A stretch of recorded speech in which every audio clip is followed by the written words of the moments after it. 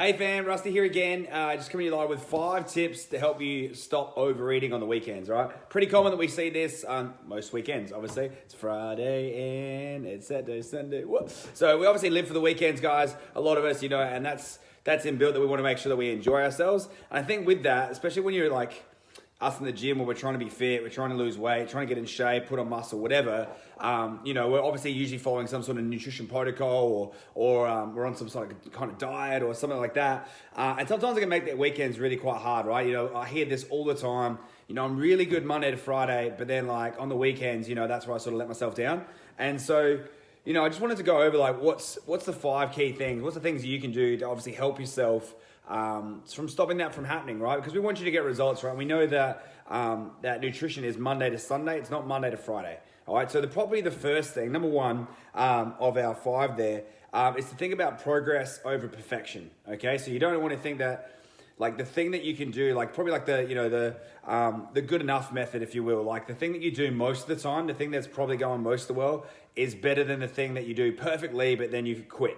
All right, so the good enough program is better than the perfect program that you can't stick to. I get asked a lot, like I said, what's the best nutrition plan for me? What's the best diet plan? And my answer is pretty much the same. It's like, it's the one that works. And you're like, what do you mean? It's like, well, A, it's the one that gets you results without obviously starving yourself or causing some other kind of health implications. So if following that nutrition plan, someone says to me, hey, paleo works for me. I'm like, cool. Hey, keto works for me. Keto works for me. I'm like, oh, cool. If it works for you, that's great, and some people have, they function on better diets than others. So in our nutrition programs, we'll just go on to the next one. Let go, number 2, this probably leads on to that, let go of the food rules, all right? There's a lot of stigma around diets, and quite often there's a lot of rules, like, no carbs after dark, you can't eat fruit in the afternoon, can't eat fruit at all, you can't eat fats, carbs are the devil, don't eat carbs and you just lose weight, just only eat fats and protein.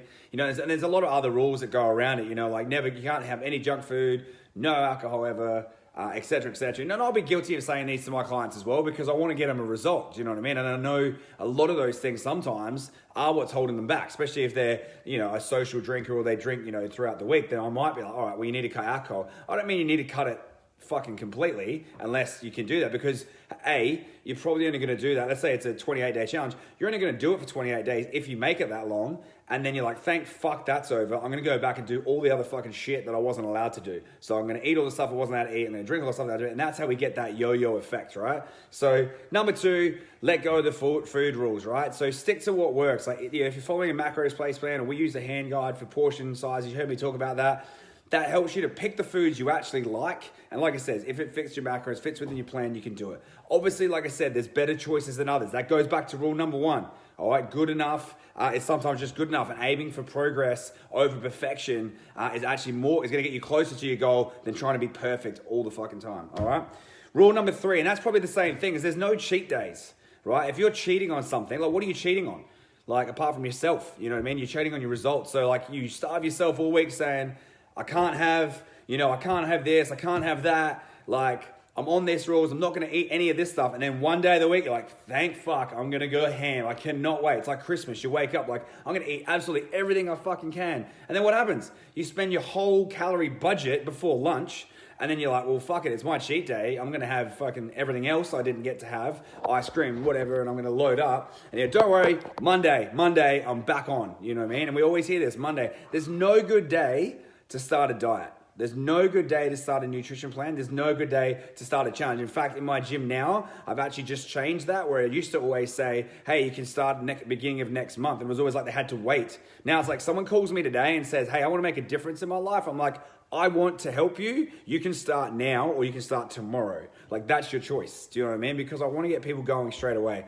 People are in pain. People have got problems. I want to help them, right? So no cheat days. It goes into the next 2 will feed into this, right? So we rationalize this a lot. So today, I had a bad day, all right? My day was pretty stressful. I started at 6 a.m. and I thought I'd be done by lunch and I still didn't get done till after 4. I was like, damn, I'm still doing stuff. So I was like, oh, I'm having a bad day. And on the way home, decided to buy my favorite, some popcorn. All right, now, that's not the most worst thing. I could have bought a bottle of Jack Daniels or something other stupid. But I was like, I'm going to have that. And then I was like rationalizing myself, my own head. I'm like, I've had a tough day.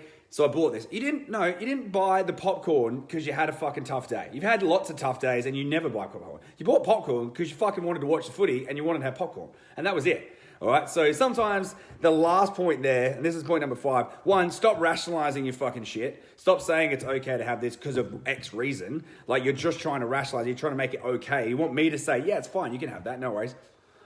The last one is owning it, right? Own up to your own stuff, right? So like I just said, I'm showing you right now. I'm putting it to the world. Hey guys, I like popcorn. This is my brand.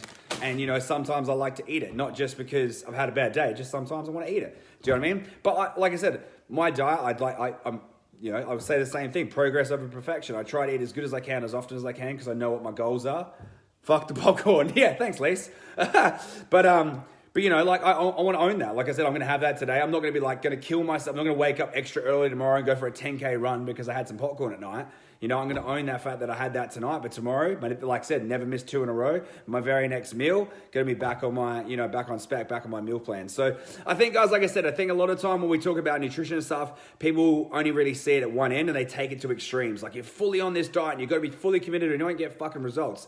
And that is true if you need to get on stage and get down to 0.4 body fat percentage. But for most of us who are just trying to be healthy, have a family, have kids, have a stressful job, we're busy, we don't need the extremes. And I think that's where a lot of time people get lost. So top 5 tips, guys, to slowing yourself down and overeating, not to overeat on the weekends, is actually try to just be normal during the week. Progress over perfection, all right? If you feel like you want to have something, maybe some popcorn, or something during the week, you can have a little bit of it. But you know that if you're going to overindulge in that, it's going to affect your goals, okay? Obviously, the more times you write stuff down and you record it, it'll be real to you that you've seen that and you'll know that that's not a choice that you need to make. Now, in some cases, obviously, when people are starting out or they've got very specific timelines or there's sport involved and you've got more specific goals, then yeah, you might need to bring in some bit more restrictions, right? But for most people that live in day to day and are just trying to be fit and healthy, good enough is actually good enough. You know what I mean?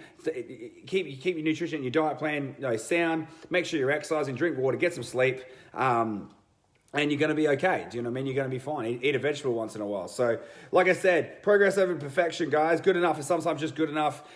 Which diet plan is the best? It's the one that you actually stick to. Let go of your food rules, okay? So, you know what I mean? Eat your macro. Eat the foods that are going to help you to hit your goals, but don't restrict yourself massively. Otherwise, you're only going to end up binging on the other side of it. Remove the cheat days. If you want to have a little something throughout the week, just that, a little something. It's not all the fucking time, right? Don't save it all for one day and then blow all your calories out, and stop rationalizing your decisions saying, I've had a tough day, so I deserve this. Or I worked out 7 times this week, so I can have all this food. You know what I mean? Because that it goes against what you're talking about, right? And the last thing, guys, like I said, it's just take ownership. Take ownership of where you're at. If you want to achieve the result, then yeah, you'll make certain sacrifices, right? You're either going to sacrifice the popcorn, the ice cream, the alcohol, the sweets, whatever it is, for the body of your dreams, or you're going to sacrifice the body of your dreams to have all those things. Do you know what I mean? They can fit in your diet. They can fit in there, but it's when we take it to extremes, that's when people go off track, right? So hopefully, guys, that helps you get set up for the weekend. Like I said, gives you some things to think about. Those are my top 5 for stopping you guys from overeating. If you've got any other questions, guys, if you want some help setting up a meal plan that's realistic, that includes the foods that you actually like to eat, all right, but it will still get you in shape, it will still keep you healthy, it will still get you strong, drop a comment on this thread or send me a DM saying eat, and I will send you a meal plan. Otherwise, guys, I'll see you guys on live tomorrow.